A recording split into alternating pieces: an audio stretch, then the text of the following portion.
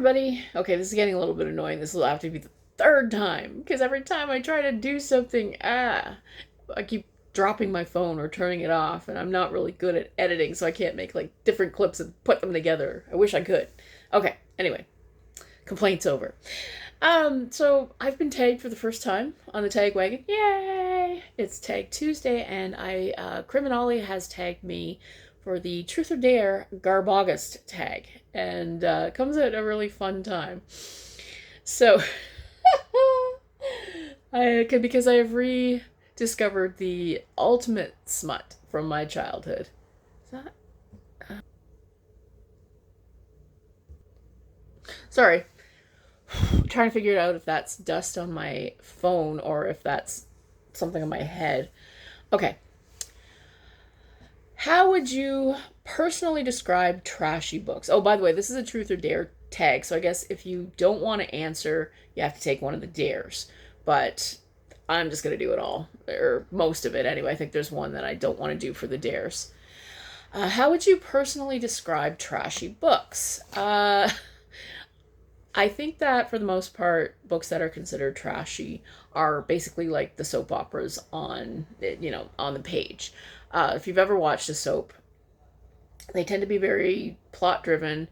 The plots can get pretty ridiculous. They and there's this amazing quality that soap operas have where you can stop watching for 3 months and then come back and still know exactly what's going on. And I think that trashy books have that quality too. You don't really have to pay close attention to them because you do kind of know what's going to happen. And the characters tend to be drawn in broad, either stereotypes or even archetypes. And as Criminali pointed out, they generally are written to cash in on a particular trend. So that's my view of trashy books. Love them. They're a whole lot of what I read, especially as a horror fan. Um, and I think they also tend very much toward genre. Um, excuse me. So you're going to have a whole lot more sci-fi, fantasy, horror, romance, crime than you are something that could be considered more literary, like a coming of age or a character study or, you know, an anti-war piece or something, right? Anyway, although actually, I think war novels could probably fall into trash.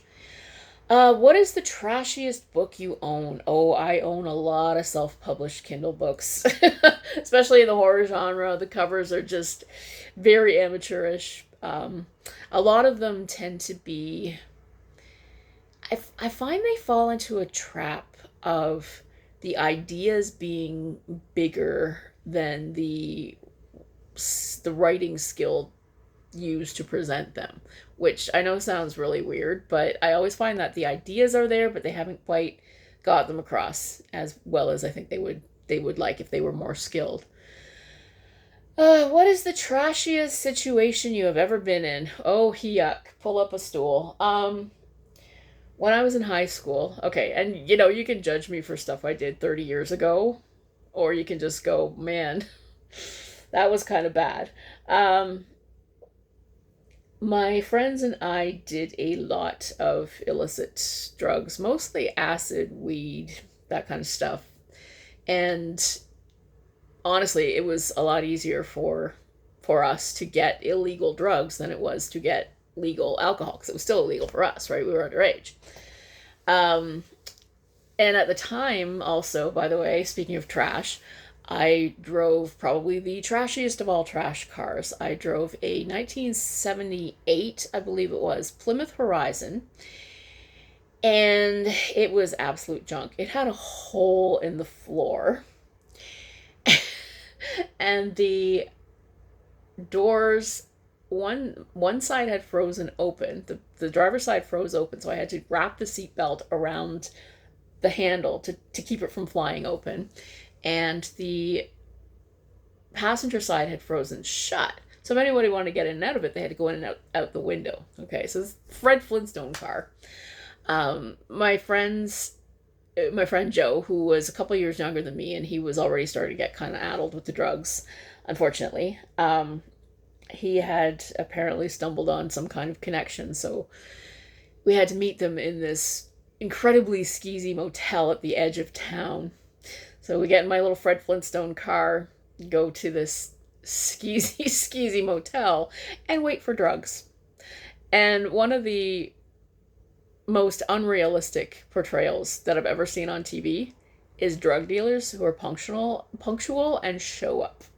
Because it's always been my, much more of my experience that they don't show up than than that they do. Because, if they were punctual or reliable, they would be anything but drug dealers, right?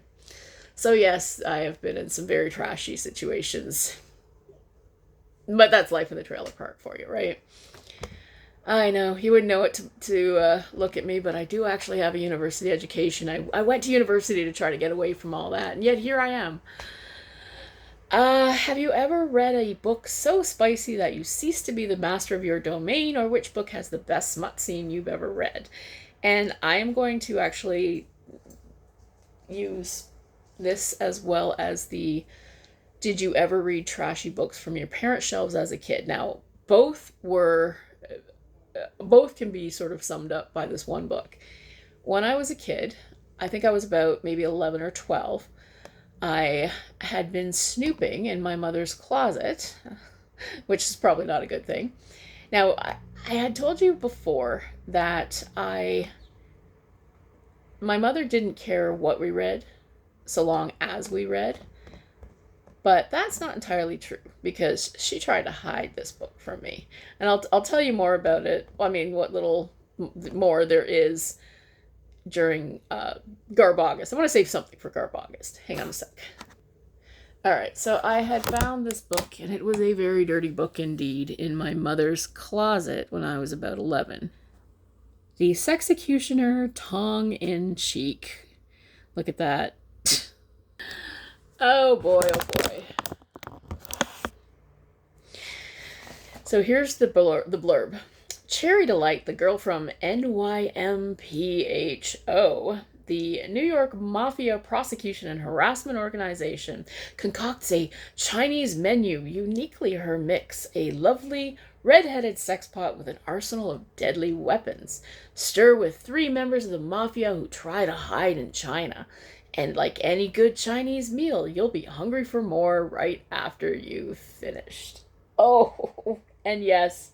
Oh, yes, the racism is... Oof. The stereotypes are quite on display, and at one point, I believe, if I recall correctly, she actually does go into yellowface and pretend to be a Chinese woman. All right, so the last question is... Oh, and back to what I was saying, yes, there's some very, very spicy scenes in that one. And I read a lot of Jackie Collins as a kid too, so quite a lot of smut. Have you ever given or received a trashy book as a gift? If so, what was the book and you or your or their reaction? I can't think of any particularly trashy books I've given, but I do remember one time my friend Matt was in the hospital, and he, not my friend Matt who passed away, different Matt.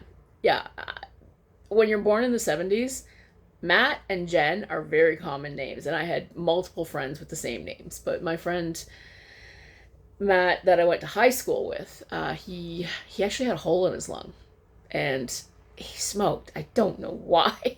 He's like, well, all the cool guys smoke. I'm like, the cool guys aren't dead. Anyway, he had a terrible lung thing and was in the hospital. So we brought him a copy of, his girlfriend and I brought him a copy of Playboy. And he's like, why'd you bring me that? Because he wasn't the kind of guy who actually read these kind of things. But I was like, yeah, but there's some good articles in it. Just read it for the articles. He's like, okay, I'll read it for the articles. He wasn't very happy with that. But I thought it was funny. So that's all the questions there. And now the dares are: show your favorite book with a spicy cover, read out loud a trashy, spicy paragraph, show a book you own but wouldn't read in public, and show a clip from or link to your first booktube video. Okay, so I'm going to start with the trashy, spicy passage. She was a woman, warm and soft, ready to bed him down, and his eyeballs roamed over her body, feasting on her pink buttocks as she bent over the bed to draw back the chintz bedspread.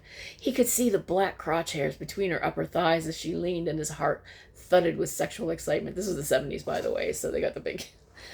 He crossed to the bed, dropped to his knees behind her, caught her hips, and began kissing her soft buttocks, the soft female flesh under his face. He rubbed his cheeks against her behind, smelling the muskiness of her moist genitals, the perfume with which she had touched them earlier in the day. She put perfume on her butt? She laughed throatily, let her hips move backward, fondling his face. Do men think that women do that? Or maybe some women do, I don't know. Fondling his face with her soft ass cheeks. I love that, Bill. A real lover, a real man enjoys every part of a woman. Now her left leg lifted so she could kneel on the edge of the bed, and the man kissed his inner thigh, his eyes darting to her soft bush. The woman moved onto the bed, turned onto her back, and raised her nylon legs. Her glazed eyes... glazed eyes, stared at his hairy loins, saw the readiness of his male spear. Put it in me, Bill. Put it in me deep. With a soft cry, he came between her upraised thighs, watched as she stretched out a hand to catch hold of him, to hold his shaft steady to his red target as he lunged. He sank deep, deep, and he cried out, head going back in a primitive lust that shook his body.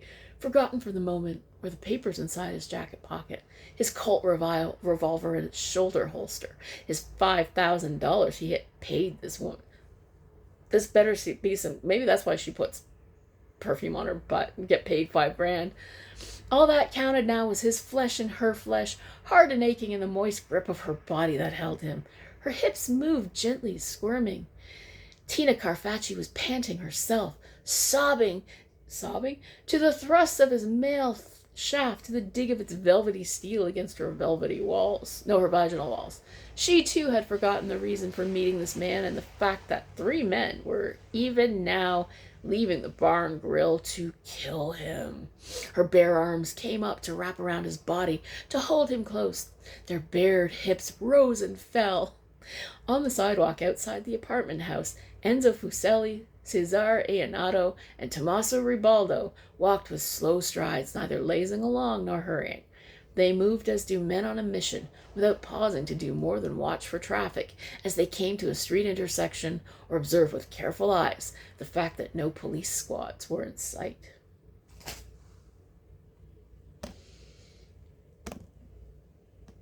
All right, so yes, I'm deeply embarrassed by that, and that's actually the second in the Sexecutioner series, so I've ordered the first one. So I'll be reading both of them, hopefully, for Garb August. The next question is, show your favorite book with a spicy cover. Show a book you own but you wouldn't read in public. Show a clip from or to your first booktube video. Did I download Kissing the Coronavirus? Yes, that is an actual book, and I'm going to be reading it for Garb August. And I've also downloaded some dinosaur erotica, so you'll be subject to that. But I can't find but yes, I would be very embarrassed to read these in public, because dinosaur erotica is kind of its own thing. Favorite book with a spicy cover. My favorite covers, honestly, belong to...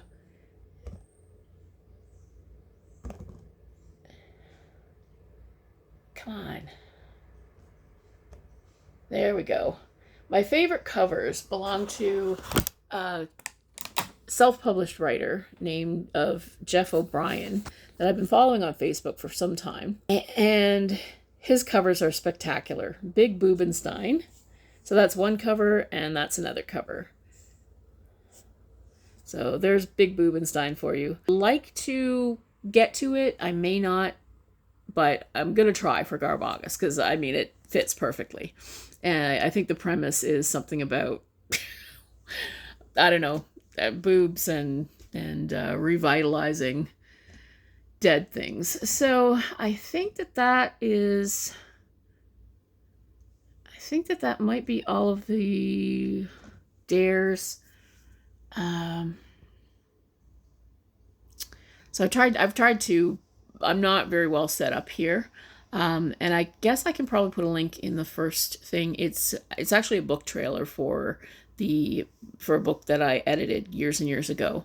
And that was a really nice time that I edited it. So I don't know if it quite fits with Garb August, but all right. I'm not going to tag anybody because I don't know who has done this or who won't do this. If I think of somebody, I'll try to put it in the links. But thanks to Criminale for thinking of me, and I hope you're reading lots of horror, and I hope you'll be joining us for Garb August and for more shenanigans. Have a great day.